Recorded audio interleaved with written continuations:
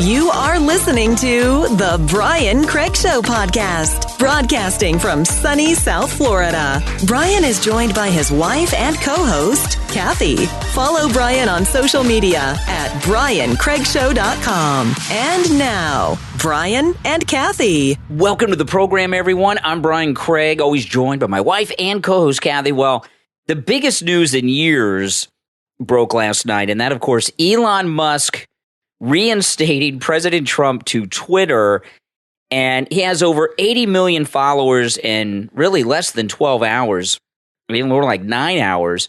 It's absolutely amazing, and the media meltdowns and the liberal meltdowns are happening. We're going to talk about this. You know,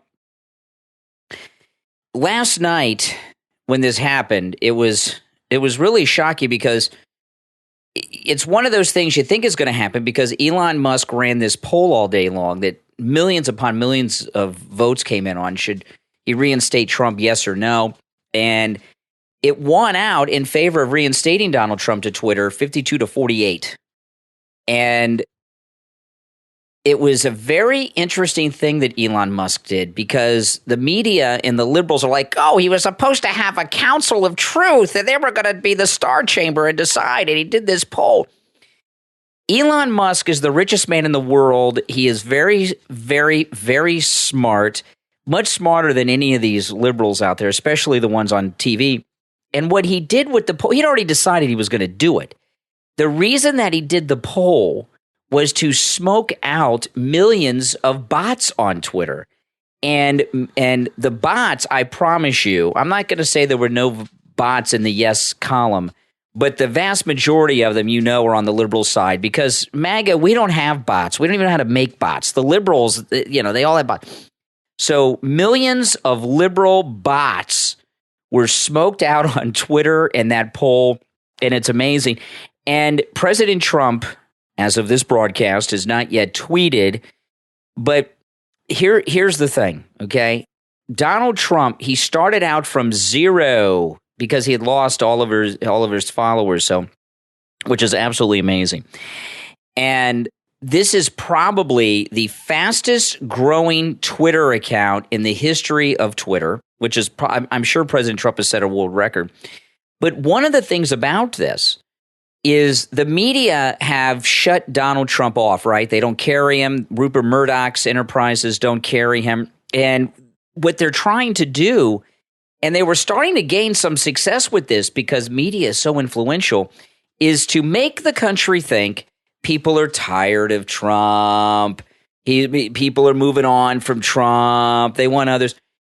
And what this has shown on Twitter is that Trump is the most popular man on the planet Earth. And second to him is Elon Musk, and it's a close second, right? But Donald Trump is the most fascinating man in the world. People are fascinated with him. He's like that guy on the tequila commercial, the most interesting man in the world. That's right. He's the most fascinating man in the world. And that narrative, certainly the most talked about. Oh yeah, that narrative that people are tired of Trump is just not going to fly now. I agree. He is almost up to. He's like over 80 million, like you said. I hope he hits 100. I think he's going to hit 100, and it happened in less than 24 hours. Like 12. And there's no bots or fake accounts on Twitter anymore, and not like there was. No, and Elon has purged a lot of that, and this shows how popular Trump still is. Mm-hmm. I think the vote really shows he had 15 million people vote, shows the breakdown of the country, the 52-48%. And it really shows that he still maintains his popularity. And what's interesting is they have his tweets up right before he was suspended, talking about peace, being peaceful with January 6th. And you have documented evidence of him saying that. I really hope he gets back on the platform. I can't imagine he's going to ignore this many people that are following him. It's too good of a platform to communicate and get his message out compared to Truth, where he has just over 4 million. I mean, that's an astronomical difference. More people use Twitter. I know he started this platform. He probably regrets it now, but you can be on more than one. But he needs to be back on Twitter. It's very important. Well, yeah, and there's so much to talk about with this. So we're going to get into it. First, what Kathy had just mentioned. This is like his third, fourth. By the way, today is Joe Biden's 80th birthday. What a birthday gift to Joe Biden. Trump's back on Twitter. Love it. And has more followers than he has. So let me see. This got to be a record to have that many followers. Oh, this is his in that amount of time. Okay, if you go to the top of Trump's Twitter, this is 1, 2, 3, 4 tweets down. Okay, I'm going to read the 4th and 5th tweet down that President Trump tweeted on January 6, 2021. That's the day that he incited an insurrection. Listen to this. This is President Trump's 4th tweet down. I am asking for everyone at the U.S. Capitol to remain peaceful. No violence, with an exclamation mark. Remember, we, capitalize the W and the E, we are the party of law and order, respect the law, and our great men and women in blue. Exactly. Thank you. And then his 5th tweet, please support our Capitol Police and law enforcement. They are truly on the side of our country. Stay peaceful. So, and meanwhile, all those Capitol Police he's defending went in front of the committees and totally bashed him and blamed him when they weren't doing their job. They make a living doing that now. They've retired. Incredible. That's their job now. Incredible. So, he was defending them. These 2 tweets, it's the 4th and 5th tweet down if you go there now, unless he starts tweeting again. And those 2 tweets, Liz Cheney, Merrick Garland, and all these never Trumper people, you got to slow down. I don't want to use any bad language.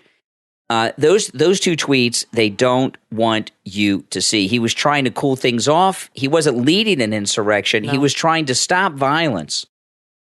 And I'm going to tell you this, guys, okay? This is, and I don't think this is some bold, crazy prediction. I think a lot of you probably thought this. I don't know if anyone has said it yet, but in the aftermath of Merrick Garland appointing this very bizarre special counsel investigating 2 things with Trump, right? The classified documents at Mar-a-Lago and that he led an insurrection. They plan on arresting Donald Trump, okay? I'm telling you, they plan on arresting Donald Trump. The decision of this special counsel has already been determined, okay? They've already determined he has led an insurrection. Even though the January 6th committee and all these things have not come out and said it because there's no evidence because he didn't do it. Do you think they're going to do it? Tweets would hurt their case, though? These tweets come back to life. They don't care. I understand what you're saying, but they have to have proof and evidence. That does matter in a court of law.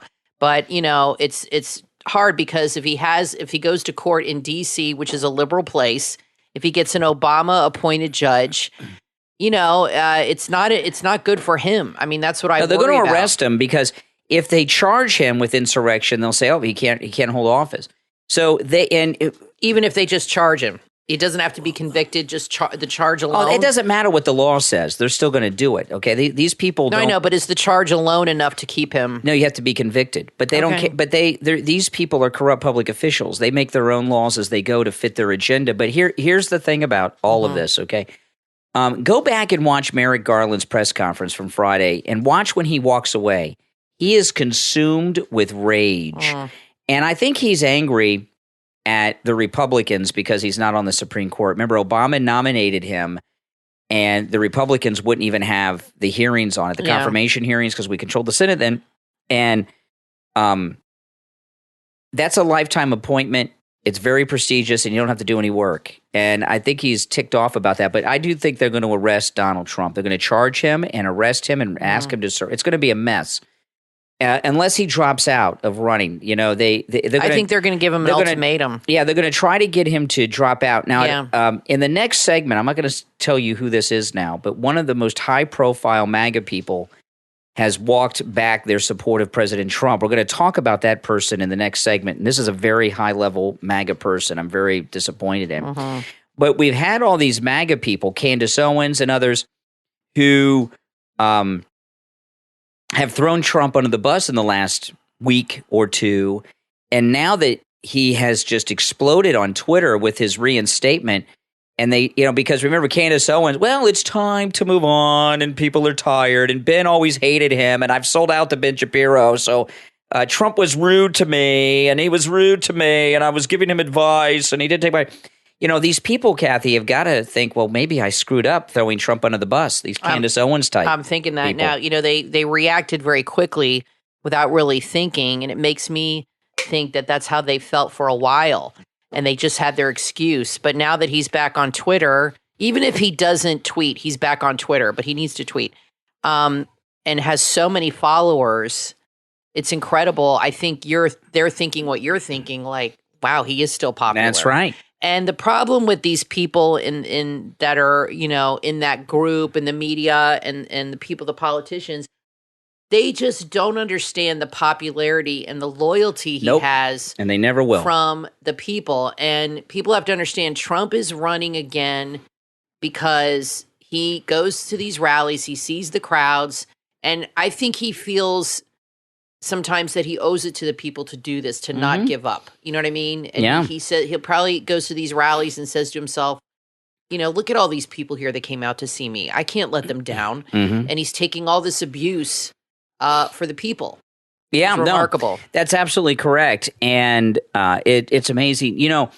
Over 80 million followers in about 9 hours, and it's growing. I'm hoping he hits 100 million by Monday morning. I think he will for sure. But the thing about this too is if he had this Twitter platform with these tens of millions of followers, the midterm elections would have been even more successful than they were. I agree. Because, the mainstream media, including Fox News, which is fake and filled with Trump haters and liars, okay? I'm done with Fox News. Fox News is dead to me.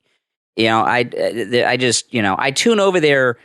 I tuned over there this morning to see if they were covering the Trump Twitter thing, and they didn't talk about it. I watched for 20 minutes. Later in the morning, they did on that Kurt show, but they were plenty ticked about it. But he would have been able to carry the rallies on his Twitter and tens of millions of people who never saw them. And I know a lot of you will say, well, I watch Rumble. Not many people watch Rumble. Well, I watch Right Side. Yeah, but most people don't. So, don't get yourself in a bubble. Now, just a little while ago. How do you feel about Right Side now? What do you mean?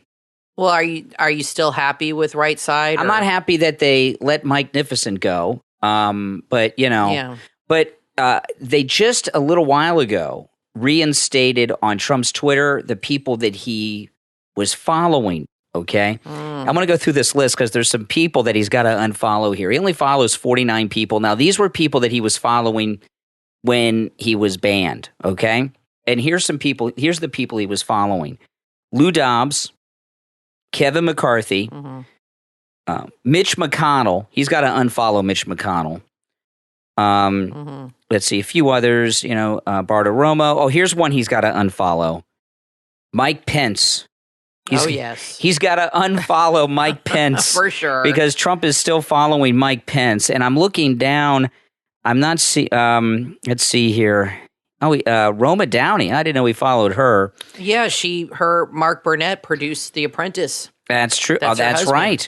Corey Lewandowski, he joined Kristi Noem, Corey Lewandowski, the other day and said he wouldn't support Trump, so he's got to unfollow him. That is incredible to me. Yeah, he's got to unfollow Corey Lewandowski. He's like Michael Cohen. What a traitor. Geraldo is always trashing Trump. He's following him. He's got to unfollow him. I'm trying to find if there's anybody else here he needs to unfollow. And Geraldo needs to go. Yeah, those are the only names here that I think he needs to unfollow. But he definitely needs to unfollow Pence and Mitch McConnell. Yeah, I would those say two, so. But it shows you he hasn't been on the account because he's still following Pence. He wouldn't follow Pence if he had been. What do you think he's going to do? I mean, I'm sure he's really pleasantly surprised at the number of people so quickly. And I know he loves Twitter. I don't know how he's going to resist being on there. I really don't, because I just think the temptation's too great. Well, they said on Fox, and I don't know how true this is. Okay, and I've read some articles about this. There's a story going around now that everyone is saying, but the media just plagiarized one another now. They're all one person says something, they accept it as fact. They all repeat it. They say that's how it is now. They're saying he signed a contract with True Social that he cannot communicate on any other social media platform until 6 hours after he posts it on Truth. I don't know if that's true or not. It's hard for me to believe Donald Trump signed a contract that would limit his ability to do anything. So I think that might be just a little wishful thinking on some of these people. Like, and then we read what about that article that said he's working on a merger between Truth and another company, and that if he starts using Twitter, it will deflate the value of Truth. That's not true. There are many other social media platforms.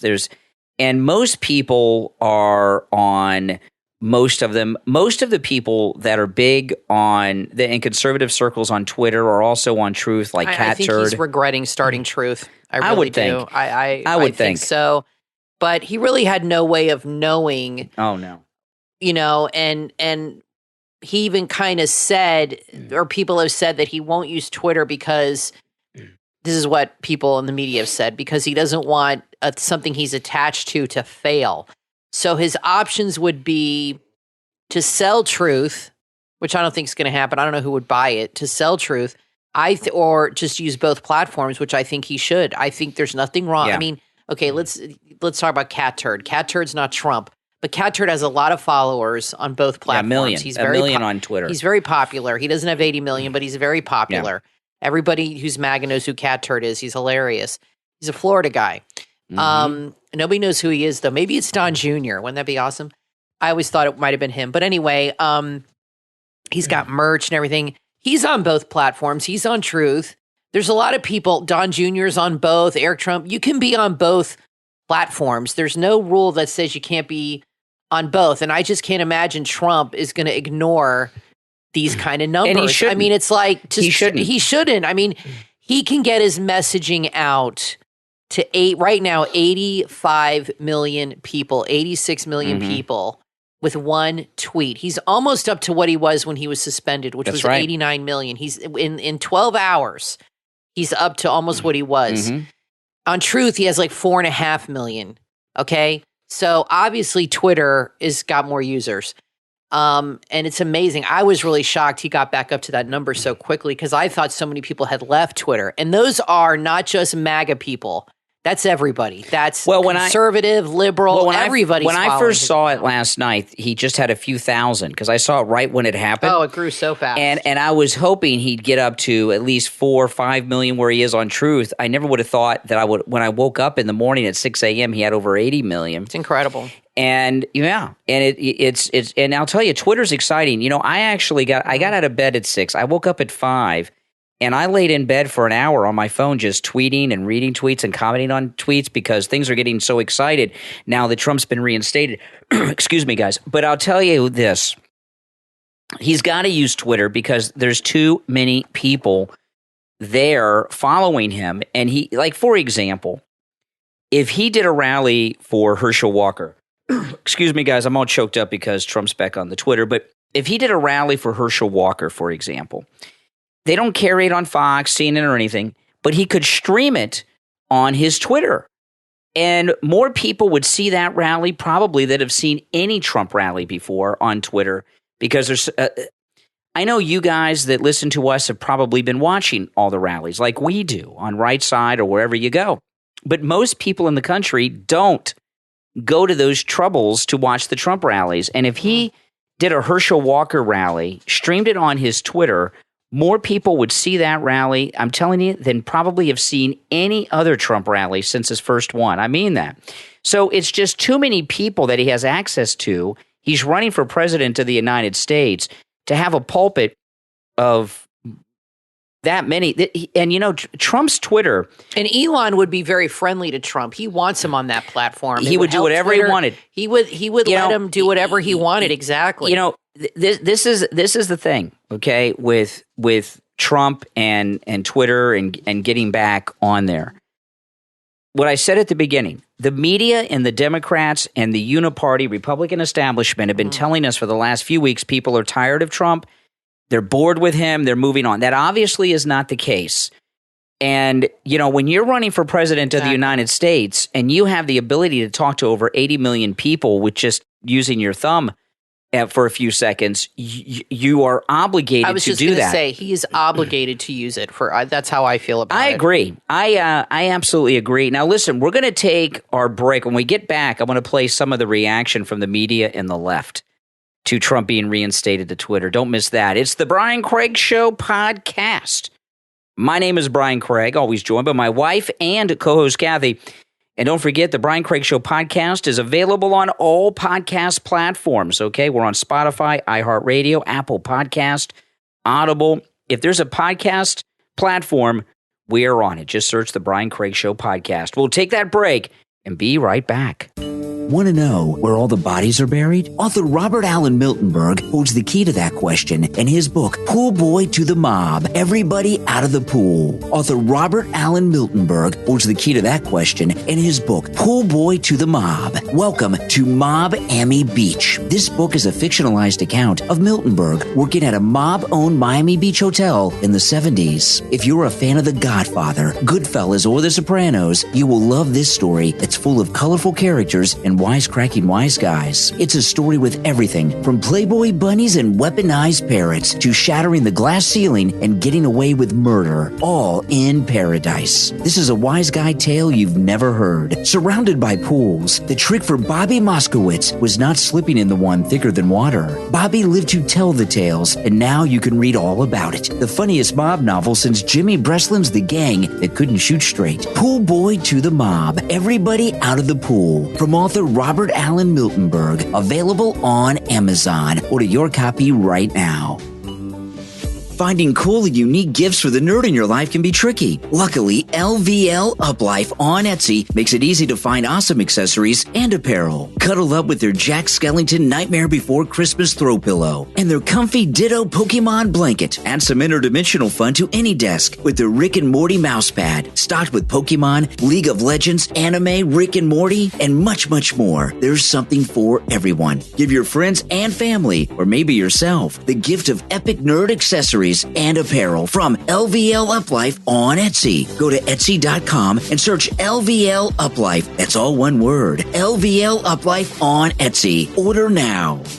Millions of kids ride the bus to and from school every day. When your child is new to bus riding, there are safety rules they need to know to make their journey enjoyable. The book from author Millie D'Onofrio, The Bus Ride to School, available on Amazon, tells children how much fun a school bus ride can be if you listen and follow the safety rules of the bus driver. The Bus Ride to School is filled with great illustrations, as well as a cute melodic tone to it. It's educational and fun, perfect for your children, grandchildren, and teachers for classroom reading. The Bus Ride to School, from author Millie D'Onofrio. Order your copy right now on Amazon. Dog parents, are you looking for a gift for your fluffy friend? Shop tail-wagging holiday gifts for your dog at fashionbark.com. At fashionbark.com, you will find the perfect clothes for your pup. Check out their wide selection of dog clothes and accessories, all designed and tested to keep your dog warm and cozy this winter. All the products from fashionbark.com are quality tested and safety approved so that they're safe and comfortable for your dog. Don't wait. There's an end-of-the-year sale going on right now. It's your final chance to grab a 40% discount. That's right, 40% off on the coolest dog sweaters, jackets, parkas, and raincoats. Use code FIRSTORDER to get an additional 10% off your first purchase. Keep your pup warm and stylish this holiday season. Head over to fashionbark.com and find your new favorite pup accessories. fashionbark.com. You are listening to the Brian Craig Show podcast, broadcasting from sunny South Florida. Brian is joined by his wife and co-host, Kathy. Follow Brian on social media at briancraigshow.com. And now, Brian and Kathy. Welcome back, everyone. I'm Brian Craig, always joined by my wife and co-host, Kathy. And, of course, we are celebrating the return of Donald Trump to Twitter. But the media and the Democrats, they're not celebrating. I got a few clips here. I want to play this one. This is Adam Schiff. Adam Schiff. Now, this one, a little scary. Thankfully, the Democrats will no longer be in control of the House of Representatives, of which he sits. But listen to this. This is Adam Schiff, probably the sleaziest, most dishonest person ever in the House of Representatives, at least since color television. I want to begin with the news overnight that Donald Trump has been reinstated by Elon Musk on Twitter. Watching the January 6th committee hearings, Trump's tweets were a big part of the story to be told. What do you think of him being back on Twitter? Oh, yeah, the ones where he told everyone to be peaceful and respect the police, though, that wasn't part of the hearing. I think it's a terrible mistake, and you're absolutely right. As we showed in the January 6th hearings, the president used that platform to incite that attack on the Capitol. His comments about the vice president, his own vice president, put Mike Pence's life in danger. He showed no remorse about that. He continues to lie about his actions on that day. He talks about pardoning the people who attacked police officers and attacked the Capitol that day. And it contradicts what Elon Musk said, that he was going to establish a council to evaluate this. We don't know that he didn't. Gosh. You know, his counsel may have decided this, and the poll was just a gimmick that he did. But he's not done. Let me They finish totally it. ignore the facts. They totally ignore. They make up their own. I mean, this is a Adam guy Schiff, that Kathy. has been proven to alter evidence. Yeah. He's actually changed messaging and changed wordage in things to fit his narrative. I mean, this is a guy He's a creep. who tampers with evidence, and this guy's telling everybody what's true and what's not true. A council to evaluate this, and further contradicts Musk and his claimed concern about bots on his own platform, to subject the decision to a poll on a platform that could be easily abused that way.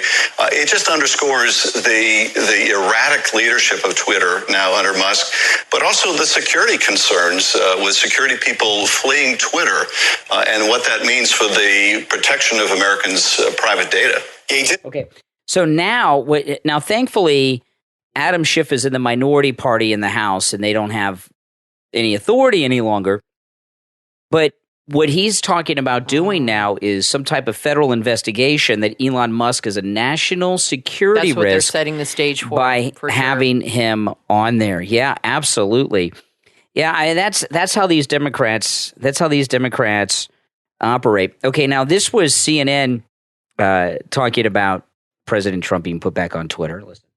It feels like deja vu a little bit, a combination of Trump going out there and talking witch hunts, but also he's back on Twitter.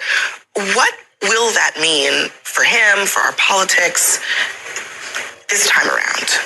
Is he back on Twitter? I can't. Is Twitter? Remember, like 3 days ago, like 3 days ago, it was like, "This is my last tweet." If I knew that was my last tweet, I would have done whatever. Like, I don't know what this is. I don't know what Twitter is. I don't know what Elon Musk is doing, and most Americans don't read Twitter. Margaret is all of us. We don't know what is going on. Okay, so that's CNN. Can you believe this little, cackling girls here?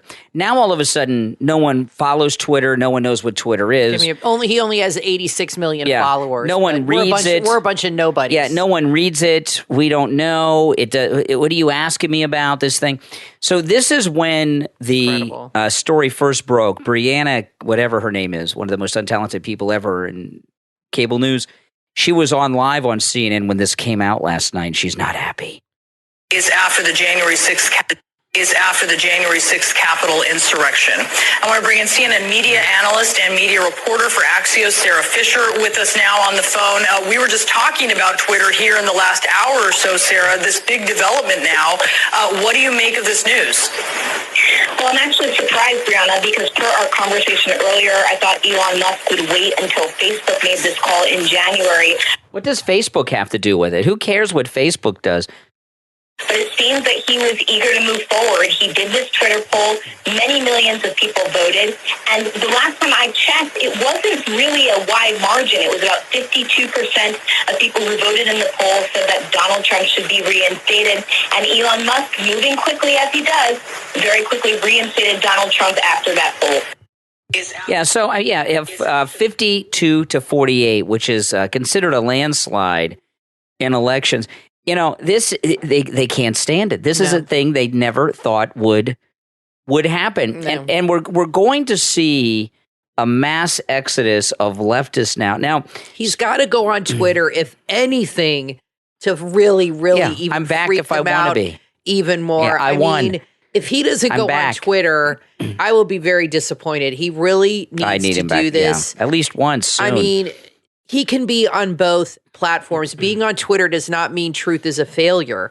He can market truth in a different way, but I got to say this about Truth, okay? I like Truth Social. Yeah, I do too. I use it. But there's too many freaking ads. Every third post is an ad It's too much. I even truthed Truth Social and told them there are too many ads on this platform for skin tags and other crazy things. Yeah, that's a big one. That's a big thing with MAGA. I guess so. Every we all have skin third tags. post is an advertisement. I don't see that on Twitter, so please stop with the constant ads. It's driving me nuts. So CBS has left Twitter, but they left right before the announcement came. However, they left when the poll was going on, and they made a report about it. So this is my last clip I'm going to play, but this is CBS announcing that they are leaving Twitter. Now, this was before Trump was reinstated, but while the poll was going on, okay? And Musk has called for an emergency meeting for all remaining engineers. In light of the uncertainty around Twitter and out of an abundance of caution, CBS News is pausing its activity on the social media site as it continues to monitor the platform, Major. Jonathan Vigliotti, thank you. Yeah, that's Major Garrett, who was on Fox for many years. Now he's with CBS. Major Garrett. He's a big liberal jerk. I'm shocked. They're a bunch of crybabies. I used to like him when he was on Fox. I didn't realize. It shows you really how good Fox is at deception, because I thought Carl Cameron was a big Trump guy. He is a radical liberal. Major Garrett. Yep. It makes you wonder about the other people that are there, the people that you trust. Tucker. Now, Hannity, I think, really does love Trump because he's too in love with the guy. I've seen him in the interviews. Yeah. But other people, are they playing a part? But now I don't know. They have so many views. They want to maintain that number one status, and they definitely know their audience, and they play to the audience. But how many other people there are fake MAGA? Is Harris Faulkner? Is Gutfeld? I can't imagine. Tucker? These people that you trust, do they really like Trump? Do they? I mean, does it matter? As long as they are getting out a pro-Trump message, does it matter to you what they really feel off camera? You know what I'm saying?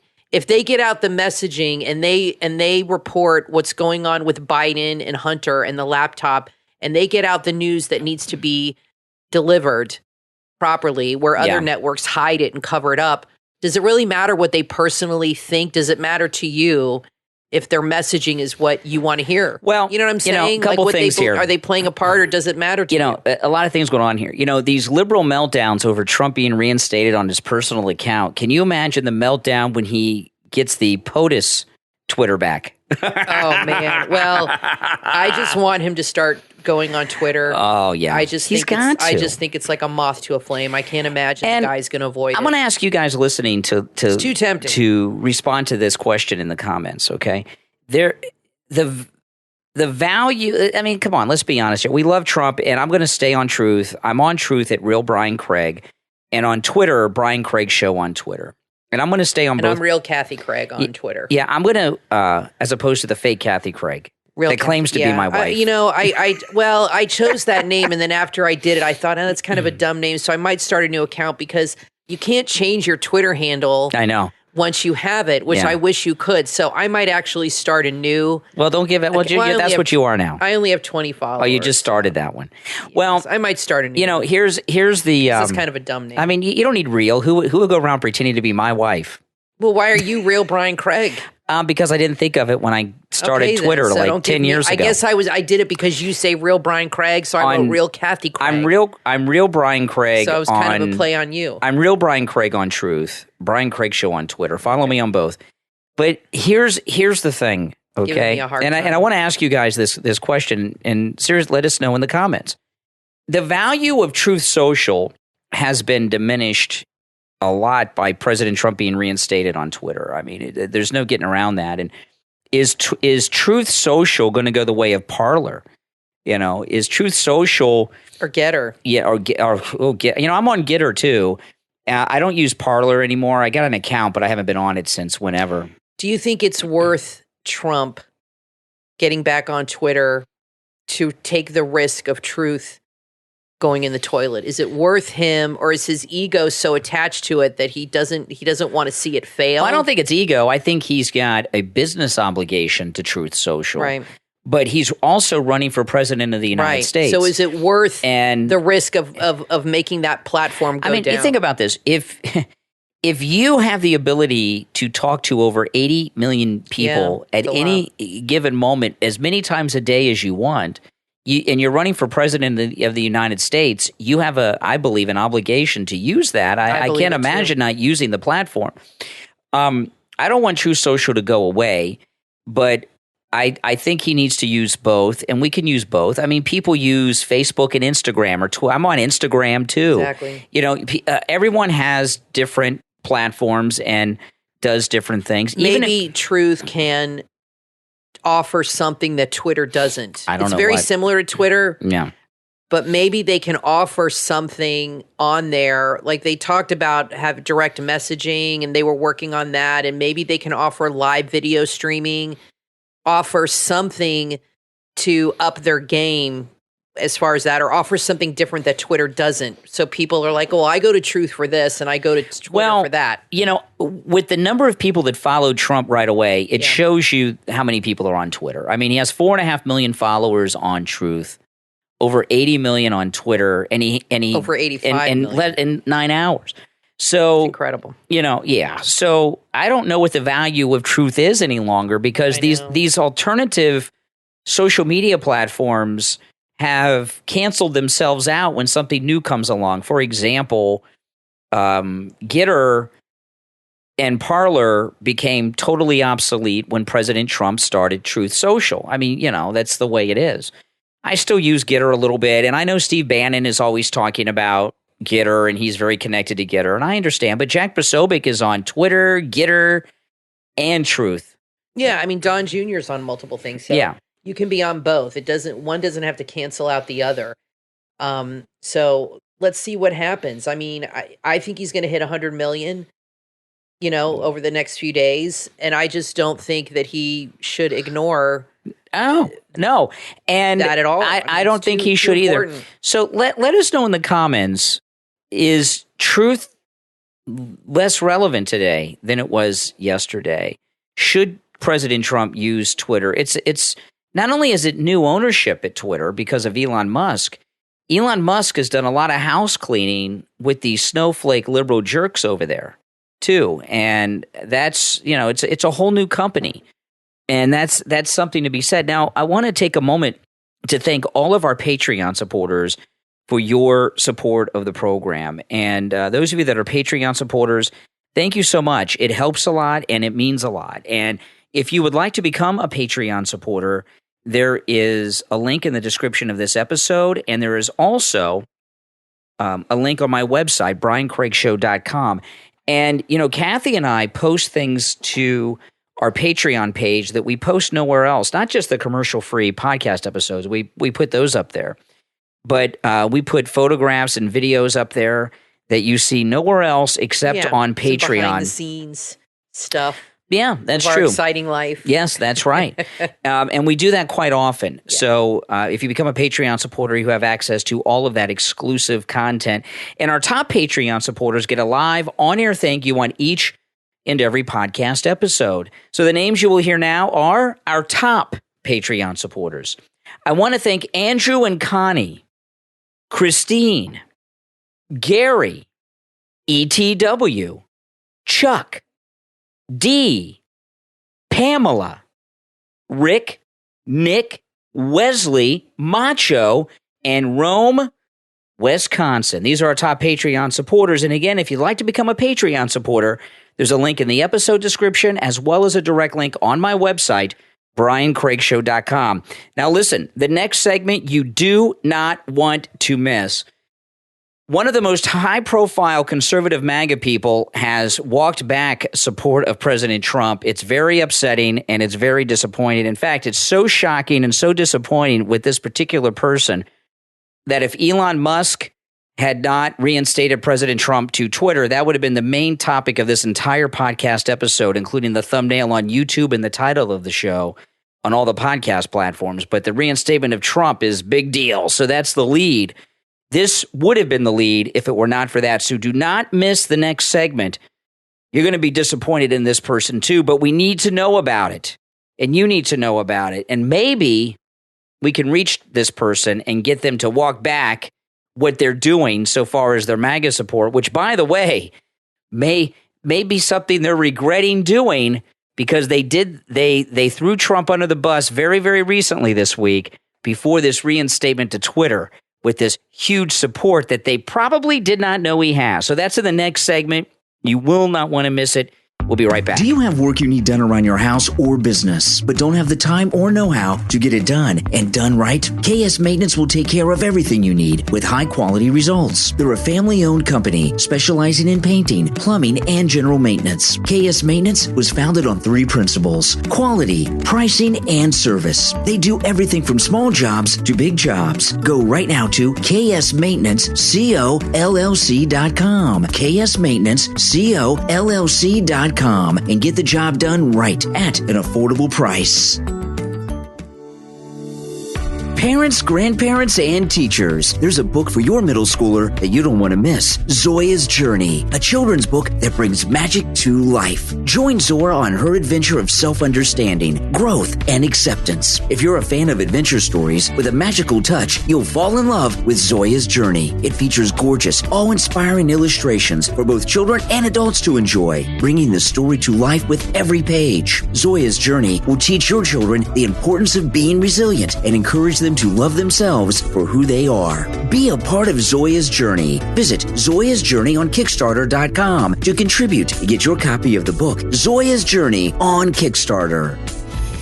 Fill your heart with love and joy this holiday season. Order your copy of The Heart of Christmas, a book to help you prepare your heart for Christmas. Enjoy this beautiful season of hope and share your blessings with those in need. By author Heidi Dalton, The Heart of Christmas is a book and journal for anyone who loves Christmas and wants to make the holiday season meaningful for themselves and their loved ones. You'll learn to decorate your soul and how the sweet aroma of freshly baked cookies relates to your prayer life. You'll see how to intentionally wrap your gifts with love and enjoy meaningful family time with your loved ones. Connect with the feeling of Christmas like never before and feel Jesus' love as you reflect on the gifts that God has blessed us all with. The Heart of Christmas from author and Christmas lover Heidi Dalton. Visit HeidiDalton.com or Amazon to order your copy for this holiday season right now.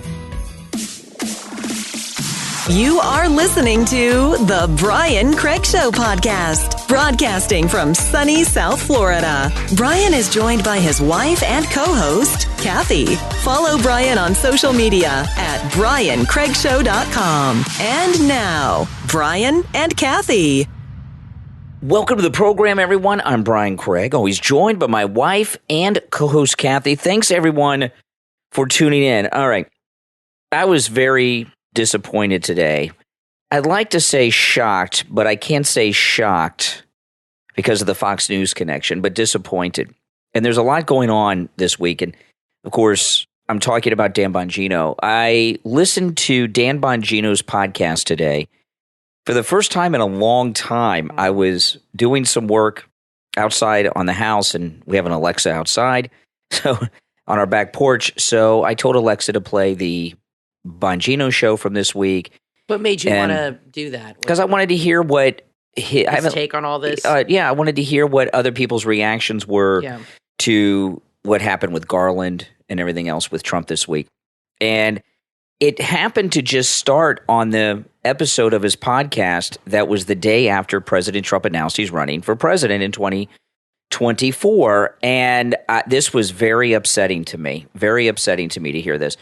Bongino, he talked about a lot of things, and it's kind of buried in the podcast. He was at that Fox News Everyday Hero Award thing they're doing.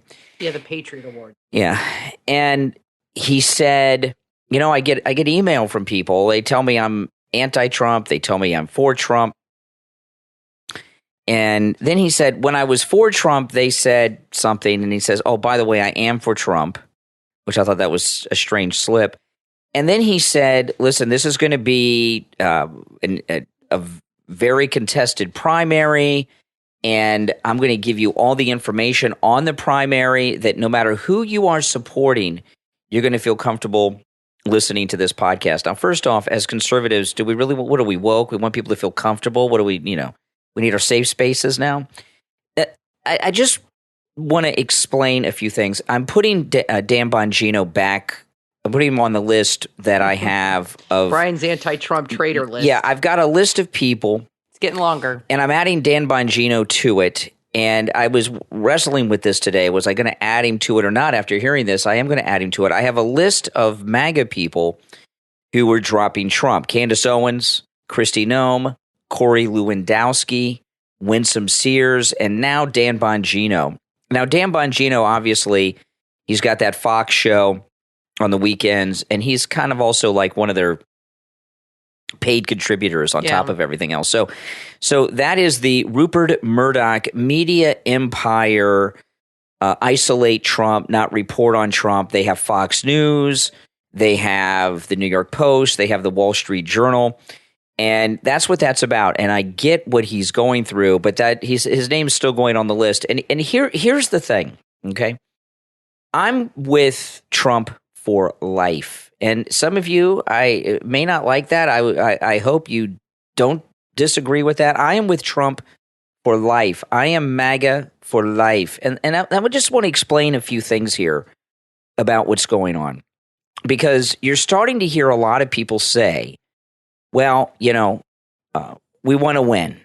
We want to win. And they're trying to tell you that we can't win with Trump. And we're going to get into that in a bit with Merrick Garland. But I want to talk about a big picture here in the beginning with all of this.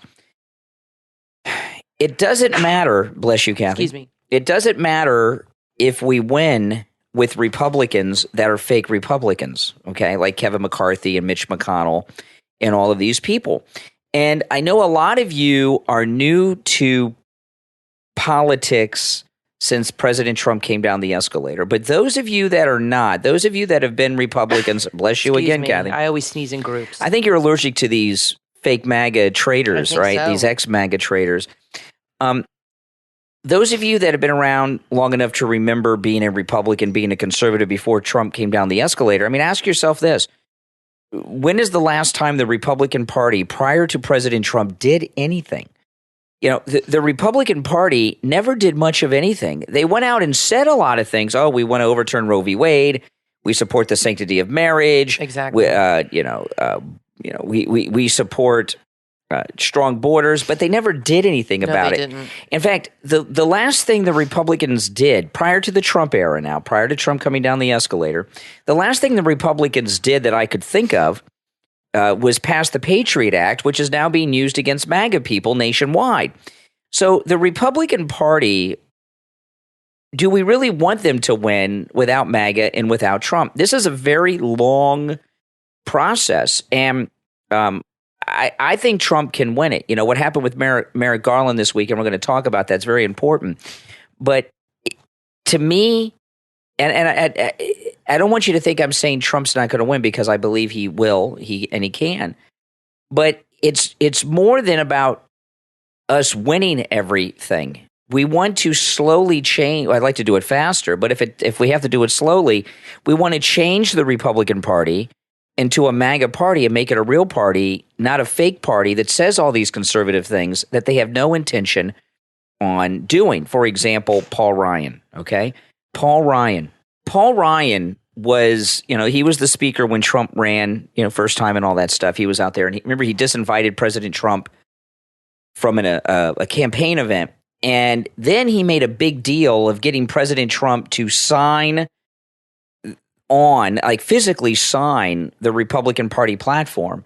And if he said, of course I'll sign it, he did it. And I remember talking about it at the time. And I said, these Republicans, what have they ever accomplished on the Republican Party platform? The Republican Party platform has been the same for like 20 years.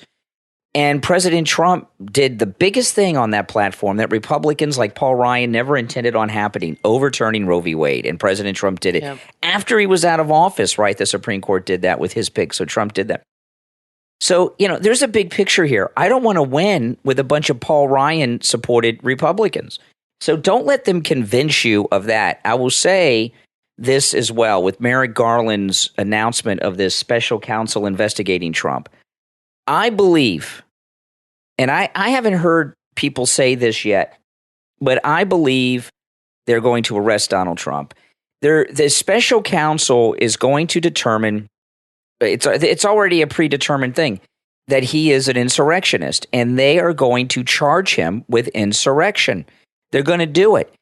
And That is scary crazy to me. They plan on arresting him unless he drops out of the race and stops running. And there's been a lot of talk this week about Jared and Ivanka not getting involved in the campaign, and these idiot Democrats. Oh, Jared and Ivanka, they don't want anything to do with it. I think President Trump, because he understands the risks involved, he knew about this Merrick Garland thing before we did, okay? He knows the risks involved, so I think he has asked Jared and Ivanka to step aside, to not get wrapped up in the politics because they're entering some very risky territory. You know, he doesn't want to get them jammed up in what's going on. And we've got a couple things going on here. Okay, Merrick Garland, that special counsel is already decided, okay? President Trump led an insurrection. So they're going to do that, and they're going to charge him in court, and they're going to find some Obama-appointed judge, some Clinton judge, or even maybe a Biden-appointed judge, and they are going to bring a charge against him. Today, it's all over social media. It's been over social media all weekend, actually, not just now, but all weekend long, that Geraldo Rivera is calling for Biden to pardon Donald Trump. Okay, pardon him for what? He did nothing. But here's what they've got. When you hear these Republicans say, we can't win with Trump, right? You're hearing them say this all over the place, aren't you? Mainstream Republicans, some of them you like, we can't win with Trump.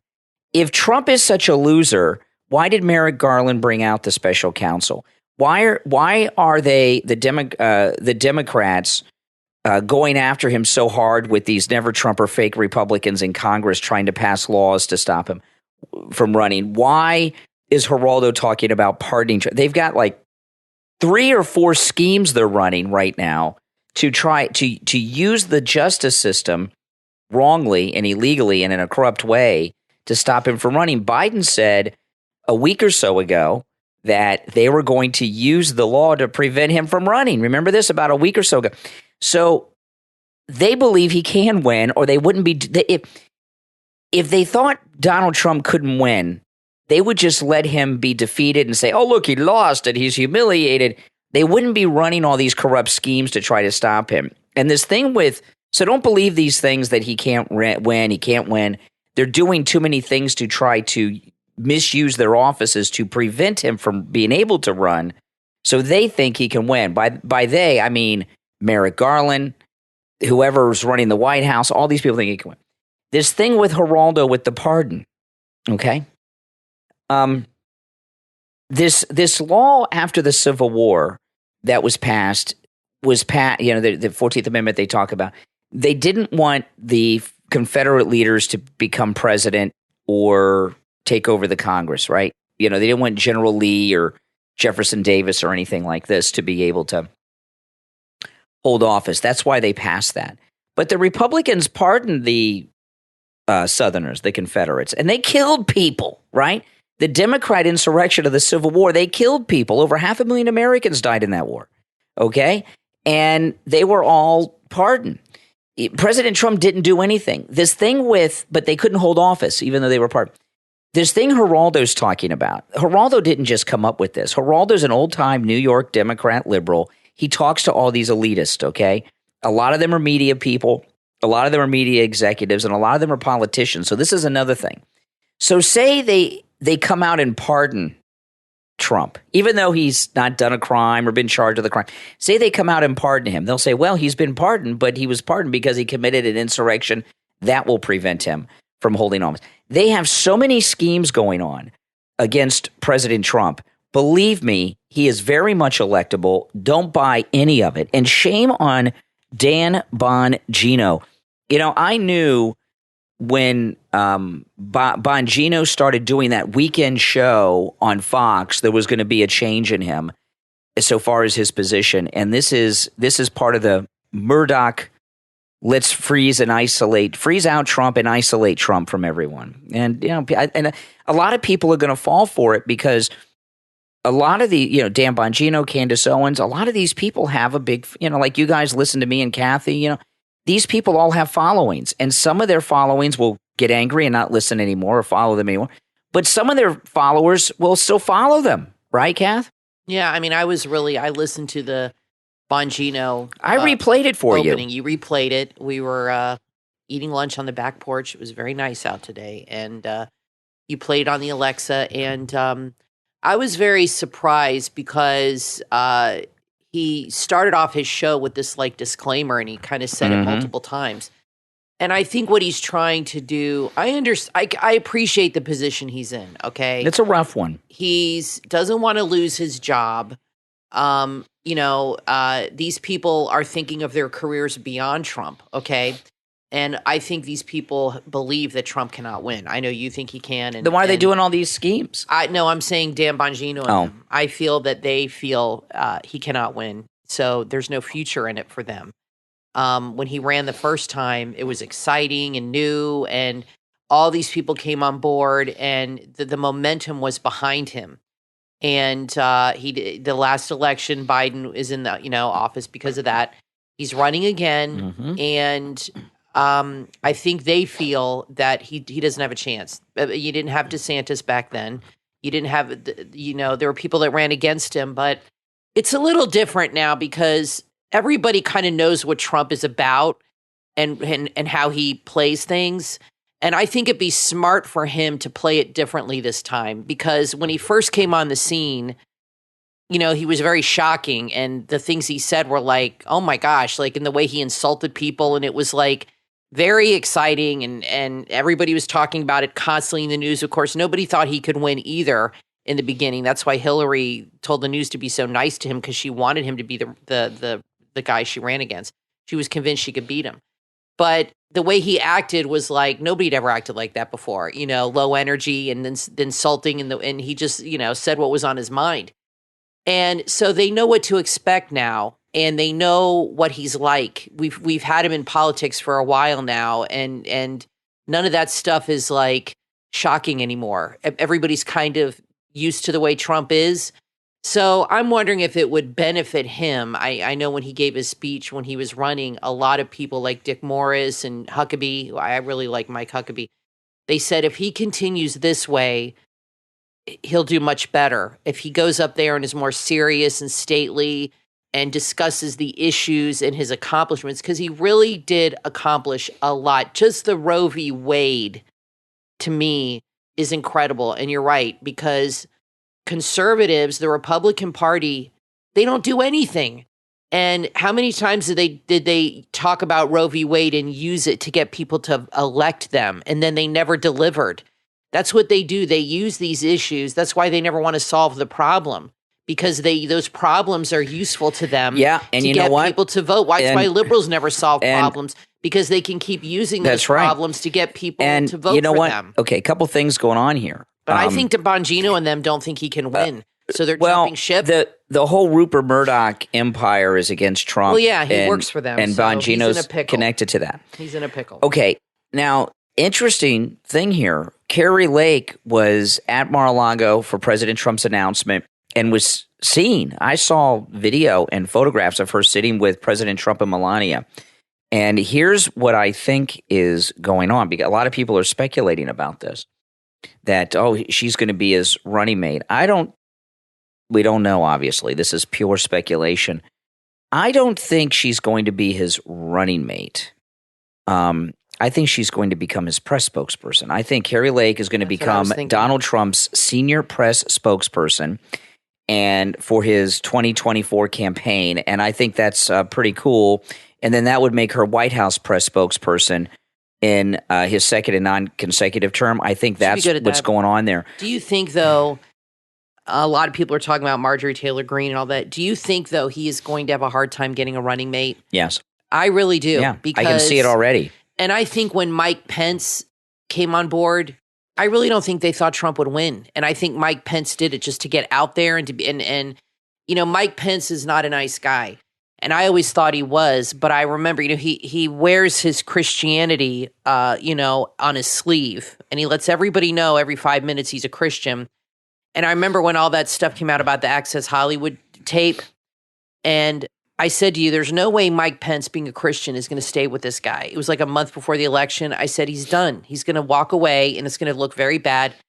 And he stayed with Trump. And I found that I didn't find that admirable because what Trump said was shocking and not good. I found that shocking to me that a guy who wears his Christianity on his sleeve constantly would still be the running mate of somebody who spoke that way. It was shocking to me a little bit. I'm totally disagree with you on that. No, what I'm saying is Mike Pence is a hypocrite. Okay, I'm not bashing Trump when I say that. I'm saying here's a guy. He's a hypocrite now. Here's a guy who won't even be in a room alone with a woman because he's such a good Christian and because he likes that image of him. But he was okay with what Donald Trump said enough. He didn't think he'd win. Okay, that's why he stayed with him. He really didn't think. All right, he'd win. I totally disagree with you on that, Kathy. So let me explain. President Trump on the Access Hollywood tape said nothing wrong. What he was talking about on the Access Hollywood tape, he said nothing wrong. Well, his language wasn't very nice. What he said was perfectly fine. And just let me clarify what he said for people that don't know. When that Billy Bush, Donald Trump moment happened, okay, that is when The Apprentice first became super big. Donald Trump's always been famous since I can remember, but The Apprentice made him super, super, super, super, very super famous. And what he was talking about is this was one of his first trips out to Hollywood since The Apprentice took off and became the #1 show on NBC primetime television. And all these Hollywood starlets were after him, and he was saying that these women in Hollywood are so sleazy. I understand that. Some people listening may not. That these women in Hollywood are so easy and sleazy. When you're famous, they'll let you do anything just to be next to you. He wasn't saying that he did that or anything. You're missing my point. I'm not attacking Trump. I don't know why Pence should have dropped Trump for that. Because he portrays himself as such this good Christian man who is so devoted to his wife, he won't even be in a room alone with a woman, but he's okay with that kind of language. I mean, anyway, I just thought it made him look like a hypocrite a little bit. But I think he's going to get back on track, I think he will have a hard time finding a running mate because I don't think these people believe he can win. It's not like before. I think across the board, most people, they might not admit it openly, feel that his chances are very slim. Well, they're wrong. I know the people feel differently, but I think they feel that it's not going to happen. Yeah. They're not going to let it happen, and he's not going to win. And nobody wants to hitch their horse to Trump right now because they feel he's going to lose. Before there was momentum, and a lot of these people that came on to support him, like Bongino, they really came on board after he won too, and he was president. And it's easy to attach yourself to a winner and somebody who's in charge and somebody who's won the presidency. But it's amazing to me how many people have just walked away from him because they're afraid of that, and after he really helped their careers. It's really amazing. Now, it is, of course, Christmas shopping season.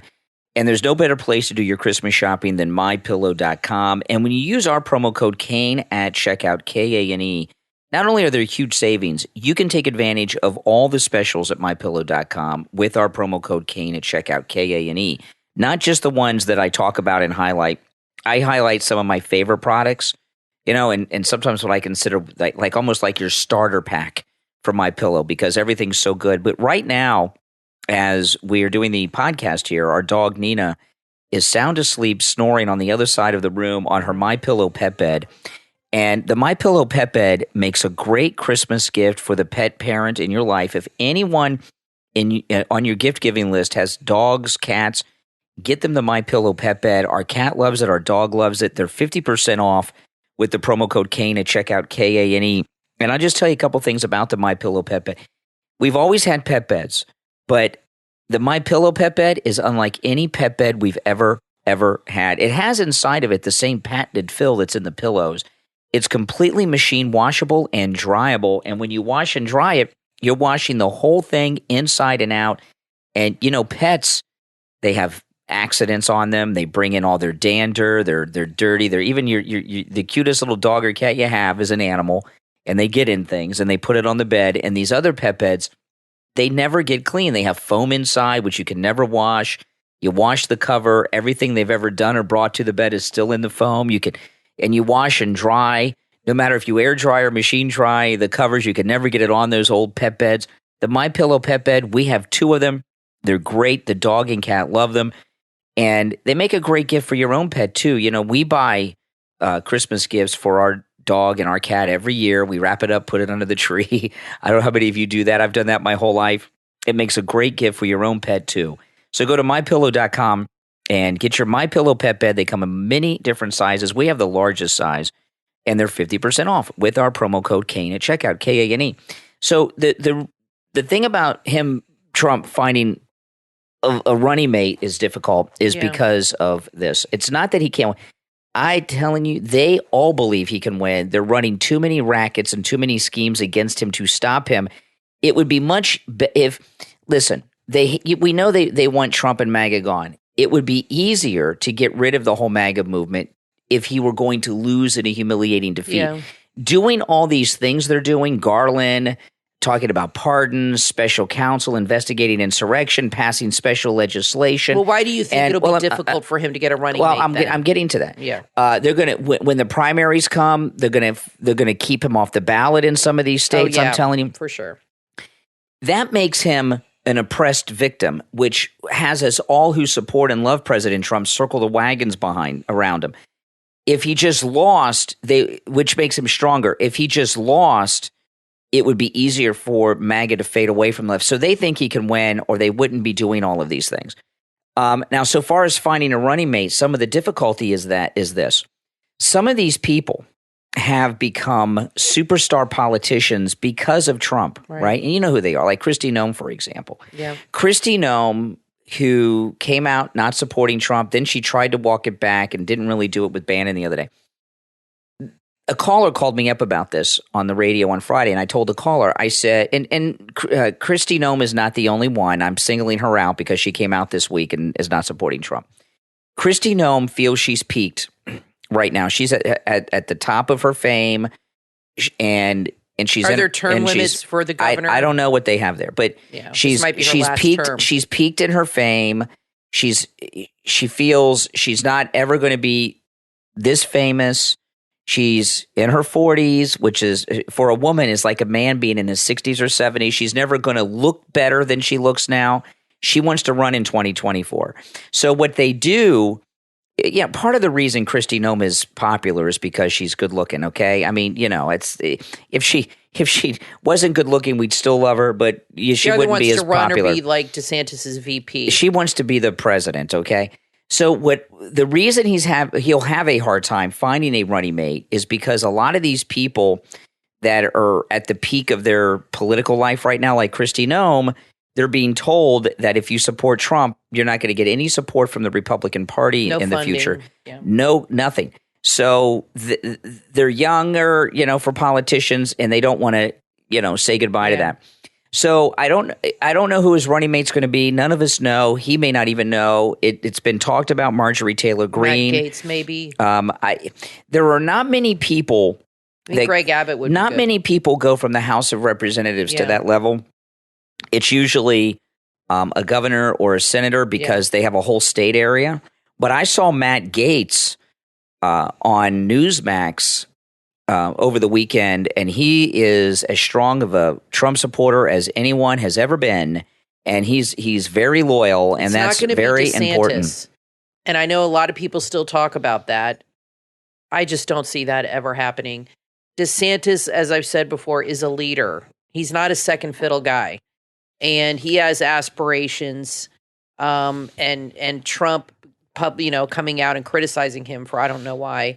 It didn't help, but I don't think they're working together. I don't think that they're doing this on purpose.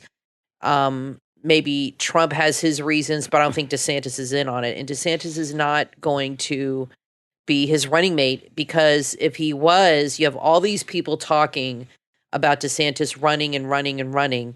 DeSantis has not come out and said that's not going to happen. He hasn't said it is going to happen. But I think Trump's upset because DeSantis has not put a stop to those rumors. He has not said, I'm not running as long as Trump's running. So who knows what he's going to do, but he hasn't said no. I'll say this. I disagree with Kathy again. Kathy and I are not agreeing on very much. Okay. I mean, we still love each other. This is like Marley Matlin and James Carville here. I mean, there's a lot we're disagreeing on here. You think DeSantis is going to be his running mate? That's crazy. This is what I think, okay? This is what I think. That's a fantasy. typically someone like DeSantis would not be a running mate with someone at the bottom of the ticket. President Trump only has one more term left to him. So whoever his vice president is guaranteed, if they want it, the nomination in 2028. And because of that, I think DeSantis very well would take something he normally would not do. There's too many bad things happening because around DeSantis, Trump. if DeSantis doesn't, if DeSantis is not his running mate, okay, if DeSantis is not his running mate, by the time he can run for president again, he will be out of office for a couple of years. We have term limits for governors in Florida. So he'll be out of office and he'll, you know what I mean? And he's kind of peaked right now too. He's done great with these hurricanes. He did spectacular with COVID. We love him, but he'll be out of office a couple years. That's it. He'll be campaigning the whole time. He can run in 2028. Now, and when he's done with his term in 2026, he'll start campaigning. He'll have 2 years to campaign. Explain something to you guys out there listening about DeSantis and Trump. They're very close. They're very tight. I know President Trump said a few things, but people say things. But here's the thing. A lot of people remember this, but a lot of you may not know this. So I'll just tell you guys real quick. It is not unusual for people that appear to be political enemies to become running mates. And that's true. Politics make strange one of the bedfellows, biggest examples of this has been long forgotten, and that's Reagan and Bush 41. Yeah. Okay, H.W. Bush. H.W. Bush is an old establishment, deep state guy. I'm not going to go through his whole bio. I talk about it all the time. He was a creep. Ronald Reagan was more of an establishment person than Donald Trump. Okay, he was governor of California. They talked about him in 1976, actually giving him the nomination for president and having President Ford run as his vice president. It didn't happen, but there was talk of that. But he was still an outsider, not as much as Trump, obviously, but he wasn't like Washington establishment, President Reagan. And they had a nasty primary, and you still hear today, this is in textbooks. I had college textbooks that had the description of Reaganomics as voodoo economics, which means like witchcraft, you know.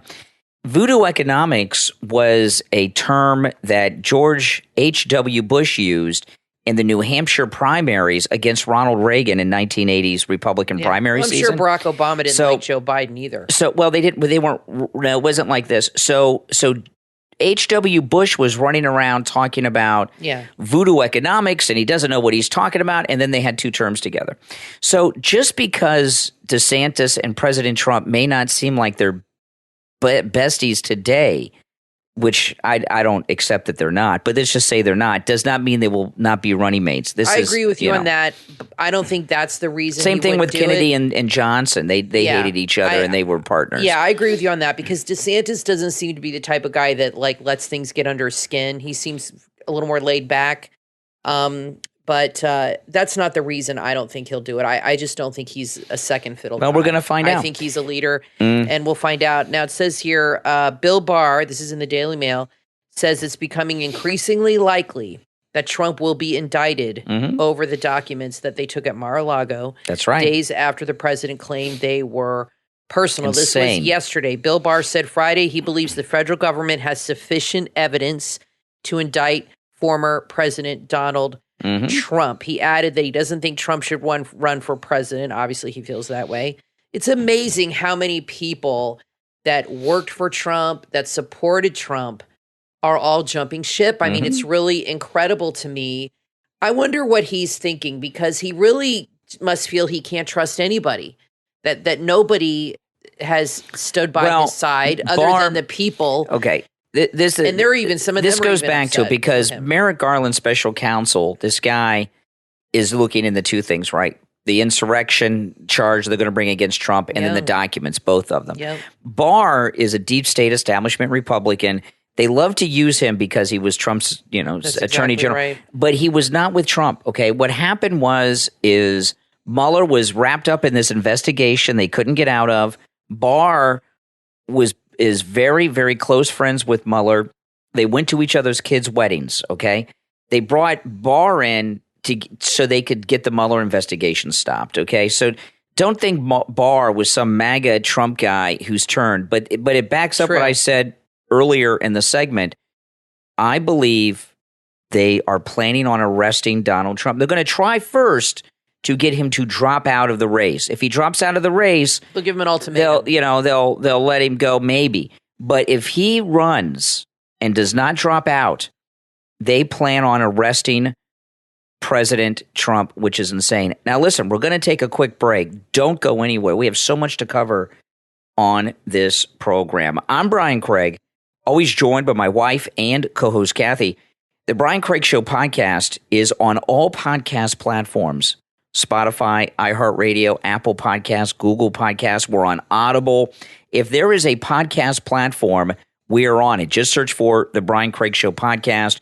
You can listen to us on your way home from work, on your way, not to work, because I'm on the radio when you're going to work, but you can listen to us on your lunch hour or on your way home from work, or binge us on the weekends. I hear from a lot of people, they binge the podcast, which is awesome. We do enjoy hearing that from people. But I also upload the podcast to my YouTube channel, Brian Craig on YouTube, and have over 57,000 subscribers now on my YouTube channel, Brian Craig on YouTube. If you don't subscribe to my YouTube channel already, please do. I put a lot of content up there, not just the podcast. I live stream on the radio, and there's a live chat during the radio show, which is a very active and very opinionated, really over-opinionated sometimes, a lot of times, overly opinionated chat room. And when I upload the podcast to my YouTube channel, Kathy and I upload it with a premiere that has a live chat room going on during the podcast on YouTube as well. And plus I do occasional vlogs and things up there, like recently I went and watched the sunrise at Mar-a-Lago, or show President Trump's Trump Force One and things like this. So Brian Craig on YouTube, make sure you check that out. All right, listen, we'll take our break and be back. Do not go anywhere. The newly released poetry book, Broken Wings Can Fly Too, from author Paulina Sophia, engages in free thinking and challenges the constructs of our society. This must-read book helps readers gain a new understanding of womanhood and nature. Order now. Broken Wings Can Fly Too, from author Paulina Sophia, available in Kindle and paperback on Amazon. How far would you go to find your destiny? Danger lurks in plain sight, but passion is blinding. Join Geneva as she embarks on a journey full of lies, fear, and heartbreak in the new book, Face of Duplicity, from authors Faye and George Chamberlain. Face of Duplicity is a psychological thriller that will keep you clinging to the page until the very end. It's full of unexpected twists and turns, packed into a story that will keep you questioning who to trust. Push the limits of desperation and passion. Get lost in a story of obsession, murder, and pursuit, where people are not always who they seem to be. Face of Duplicity, from authors Faye and George Chamberlain. Order your copy on Amazon or visit the author's website, chamberlainbooks.com. Find your ideal body with Slimming Tea from Slim by TT. The #1 French appetite suppressant tea and fat burner is now selling in the U.S. and worldwide. Natural, herbal, hunger-suppressing and fat-burning teas can supplement fast and effective weight loss. Slim by TT uses a specially formulated blend of slimming plants to aid in your digestive health, rebalancing your metabolism, cleansing toxins, limiting water retention, and burning fat. Slim by TT is 100% natural and gluten-free. You can watch the pounds melt away with every cup. Don't wait. Head to slimbytt.com. That's TITI, slimbytt.com, and order yours right now. You are listening to the Brian Craig Show podcast, broadcasting from sunny South Florida. Brian is joined by his wife and co-host, Kathy. Follow Brian on social media at briancraigshow.com. And now, Brian and Kathy. Welcome back, everyone. I'm Brian, always joined by my wife and co-host, Kathy. A couple articles here that you actually sent me, Kathy, that I want to talk about in this segment. One of them is about MSNBC. It's out of page 6. Morale at MSNBC is at an all-time low as the network faces an identity crisis. Let's read through this. This is an interesting thing here. Some interesting things come out in this article. Tiffany Cross, she's the racist woman that they let go a couple weeks ago. Tiffany Cross's controversial ouster isn't the only issue plaguing MSNBC. Morale at the left-leaning network is in the toilet And its liberal hosts are now worried about network executives not having their back because of how Cross was allegedly treated. People are scared. The consensus is that MSNBC President Rashida Jones is trying to unmake MSNBC and change it into something the right won't be mad at, which is interesting. She's a black woman running MSNBC, so I just assume she's liberal. Multiple sources tell Page Six that as soon as she took over MSNBC in 2021, months after Cross was hired, she had meetings saying she wanted no snark, no name calling either. She seemed particularly disturbed by anyone who said anything negative about Fox News Channel. So, is she conservative? What is that about? Is this black woman like Black MAGA? Well, the thing about MSNBC, and I know not many people remember this, but I do. When MSNBC first went on the air, it was nothing like it is today. And it would probably look weird today, but it was, the MS stood for Microsoft. Yeah. And Microsoft was a big deal back then. This is back in the days when people were waiting in line for hours to get the latest CD-ROM of the next Windows update, right? Remember all that? And it was very technical. They had a lot of technology connected to it. And Soledad O'Brien was on there, and she did the most. To her? I think she asks herself that all the time. She was their big darling what happened on that to me? network for a long time. Then she went to CNN, then Al Jazeera, or so I don't know what happened. But anyway, Soledad O'Brien, this was the first time I ever heard of her. She had this very strange show. She must be difficult to work with. Yeah. Back in this time, it was the 90s, and like coffee houses were still cool, the 90s, They were new. Yeah. And not Starbucks, just generic coffee houses. In fact, before Kathy and I were married, I used to go to my friends. We'd go watch bands play in coffee houses. Anybody remember doing that? Going to a coffee house to see a band? I never did that. Oh, yeah, I did. Yeah, I did. It was very weird. I know, weird, But anyway. I did not like it's all that 90s all that culture. grunge stuff. I did not like 90s culture. It was the grunge era. I hated it. But anyway, Soledad O'Brien did the most bizarre show on MSNBC. She did a show because of the Microsoft angle with a Max Headroom-like character, and she had a set where she was in a coffee bar, and the guy pouring the coffee was a computer-generated Max Headroom thing that she did a whole show with, which was very strange. But what they did on probably Bill Gates' idea. Yeah, when MSNBC came along, Fox was not really in the picture. They were there, but they were so far behind, no one paid attention. And they were really going up against MSNBC, and because of the strong Microsoft connection, which I don't even know if there's a Microsoft connection anymore, but because of the strong Microsoft connection at the time, they did things very differently, and it was a whole different kind of news thing. And they did something on MSNBC in the first few years that if they did it today would make it exciting. They had segments like they do now, right? They had a host, a news person, and they had guests on each side talking about the issues. And they would bring up the issue, they would talk amongst the guest, and then they would take phone calls from viewers. Yeah, no, I used to watch some of those shows. They were good. I used to call in MSNBC all the time. Yeah. I was on MSNBC. I know how to get in on talk shows, okay, guys? I'm not going to tell you how, because then you'll use these tricks with me. But I know how to get in on talk shows, and I had no connections at MSNBC. I would just call, and I'd get on the air, and I say, "Oh, Kathy, I'm on hold, and I'm going to go in the bedroom, and you stay in the living room and listen to me on the air." And you could ask questions of the news host. You could ask questions of the pundits, and they would respond, and it was really cool. And if they did something like that, and they won't, because they can't control the messaging that's true. They don't want to hear from regular people. I mean, how often on the news do they actually go out and talk to regular people at all, or do segments? They might have a focus group once in a while, but believe me, those people are highly, highly vetted. Yeah. And we've seen on CNN, they tell them how to answer questions. Yeah. Nothing on I look at the news now, and maybe it's always been this way, but I think more than ever, it's a very highly produced reality show. Yeah. It is no longer organic or sincere or anything like that. Everything is highly, highly produced, scripted. It's a reality show based. It's like The Bachelor, really. There's even on Fox. I mean, there's just nothing that you get that has not gone through 10 or 12 filters. Oh, yeah.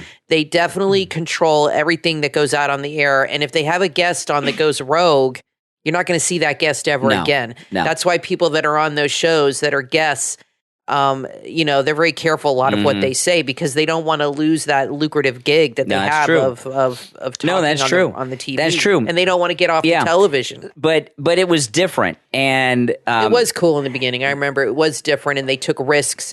And now it's just a network of a bunch of angry bigots that just hate Trump, hate half the country. And they're always pissed, like they all have hemorrhoids or something. Yeah, exactly. They are always pissed off. But I'd like to see, they said, we talked about this before, CNN is supposed to have some massive layoffs over the next few weeks.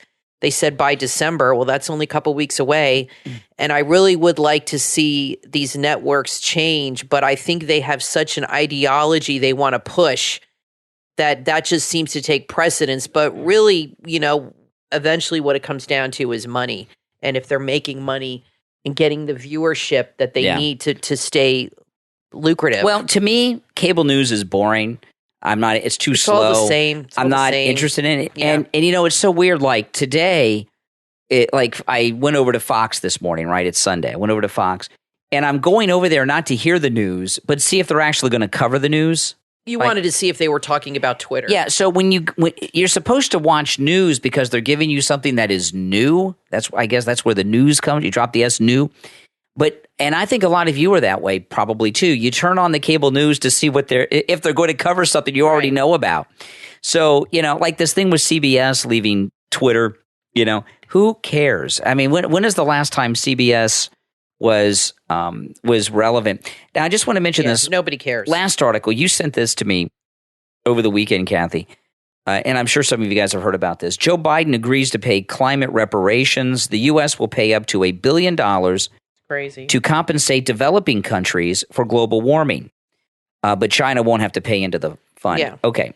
Sounds like another money laundering scheme. Well, here's the thing that's going on right now. This is going to be a beautiful year when we get this new house in, the House of Representatives. Kathy and I are moving into a new house. I'm talking about the Republican MAGA-controlled House of Representatives.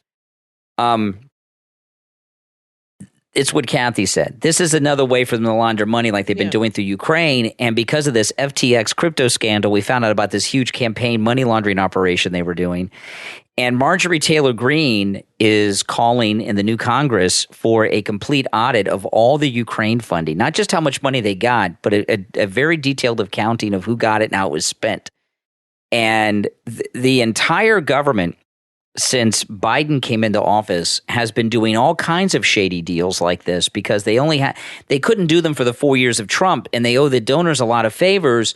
So they've been doing a lot of things, like this thing that happened with the Democrats laundering money through the FTX. I'm not going to go through it.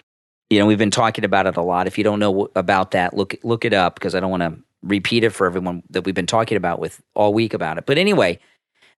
That was done in a very sloppy way because they owe these donors so many favors. They don't have time to slowly cover their tracks, and they're doing all this money laundering without doing any cover up. So when they do this audit on Ukraine, it is going to be.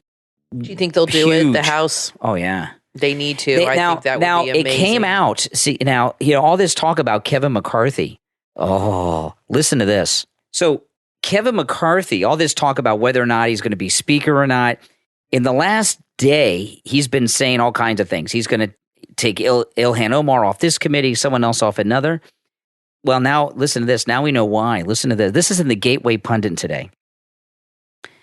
Kevin McCarthy used FTX funding to sway GOP primaries and take out MAGA favorite Madison Cawthorn. This is in yeah, and I wonder if that was who invited him to his little party. The only Republicans, interesting, the only Republicans that are involved in FTX are these Never Trumper Republicans. Listen to this. This is in the Gateway Pundit today. This is something, and this is good. This is going to cost Kevin McCarthy the speakership, and this is why he's acting very conservative right now because he's afraid. This is a really stunning report I'm reading from the Gateway Pundit. House GOP leader Kevin McCarthy used FTX funding to sway GOP primaries away from Trump supporters. Oh, boy. The National File originally reported on this on Friday. It's widely known that the now bankrupt FTX U.S. funded millions in the Democrat campaigns through Ukraine, but at least one FTX player funded hundreds of thousands of dollars to Kevin McCarthy to take out MAGA lawmakers. The Washington Post reported this. We recommend you read this entire article to understand that Kevin McCarthy is no friend of MAGA. Top allies of Kevin McCarthy, the House Republican leader, worked this spring to deny Madison Cawthorn a second term in office after the Trump-endorsed lawmaker made controversial comments about cocaine use and sex parties in Washington that led McCarthy to announce he had lost my trust, according to multiple Republicans briefed on the report. GOP lobbyist Jeff Miller, one of Kevin McCarthy's closest friends and biggest fundraisers, and Brian O. Walsh, a Republican strategist who works for multiple McCarthy-backed groups, were involved in an independent effort to oppose Madison Cawthorn as part of a broader project to create a more functioning GOP caucus next year, well, one that plays ball. Exactly.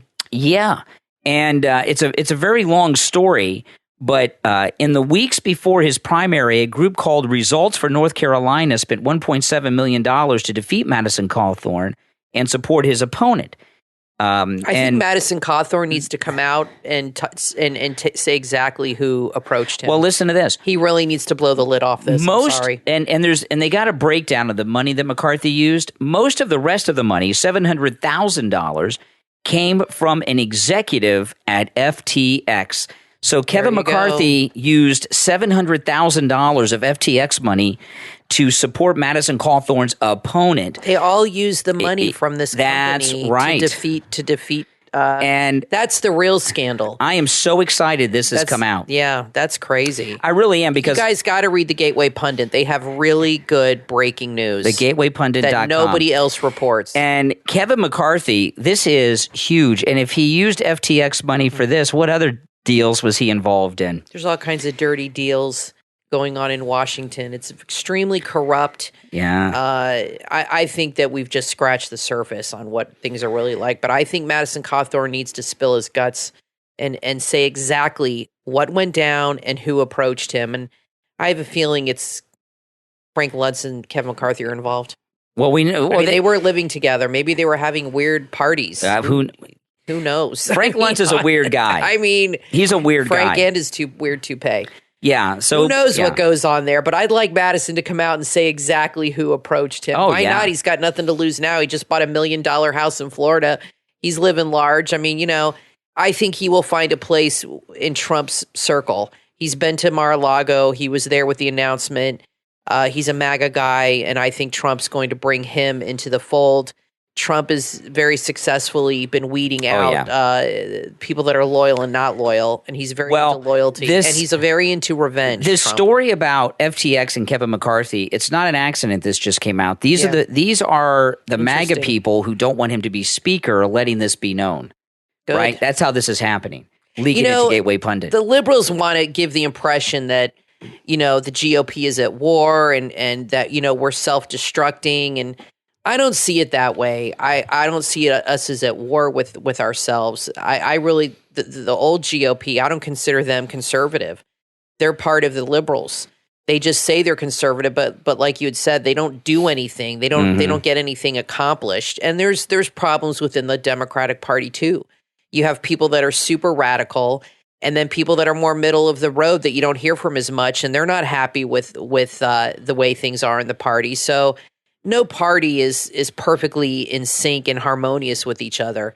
And, there definitely is a division. And I think it's good for people to see these kinds of things and what's really, really going on. And this FTX thing, it seems to be... Oh, it's huge. It seems to be branching out even further with more politicians involved. And, it seems to be a big money laundering scam. Now, one last thing, that they Kathy. concocted to fund all these primaries. Now, one last thing before we end the show, because this is the end, and this just came across my Twitter feed. Okay, now, this is beautiful. I created a new Twitter account, so I got to come up with a better during name. the show. I got to come up with a better name. You'll have to help me think of something that's good that I can start getting people to follow, because that name was. How about good. Brian's wife? Brian Craig's wife. How about what is this? The 50s? Isn't it enough that I took your last name? How about Mrs. Brian Craig? Give me a break. No, how about I use my maiden name? How about that? No. We don't people know. I'll have to think of something. Listen, I have a good maiden name too. It's a good name. This is breaking news. This is so awesome. Okay, and I just was about to say goodbye, and then something popped up on my Twitter this feed. Is just a hot show full of information. All the shows are hot, all of them. Okay, so we're talking about how Twitter is so relevant now because Trump is on it again, right? He's been reinstated. Listen to this. CBS News's PR. Listen to this. CBS just tweeted, after pausing for much of the weekend to assess the security concerns, CBS News and stations is resuming its activity on Twitter as we continue to monitor the situation. These people can't stay away. They can't stay away from Twitter. They can't stay away. You got to understand. After most of the weekend pausing, they contemplate. They're back. You have to understand. These people in the media are addicted to Twitter. Their whole life revolves. That's where they get their news. Their whole life revolves around Twitter. This is how they get their stories. They take a tweet and they make it a story. Without Twitter, they have no information. They're totally cut off and they can't handle it. They can't stay away. So nobody's leaving Twitter. And anybody who does, they'll be quickly back. Trust me. Yeah. Well, it's been a great weekend. Hey, guys, we're out of time for today. I'm Brian Craig, always joined by my wife and co-host Kathy. Thanks for listening, everyone. And we will talk to you next time.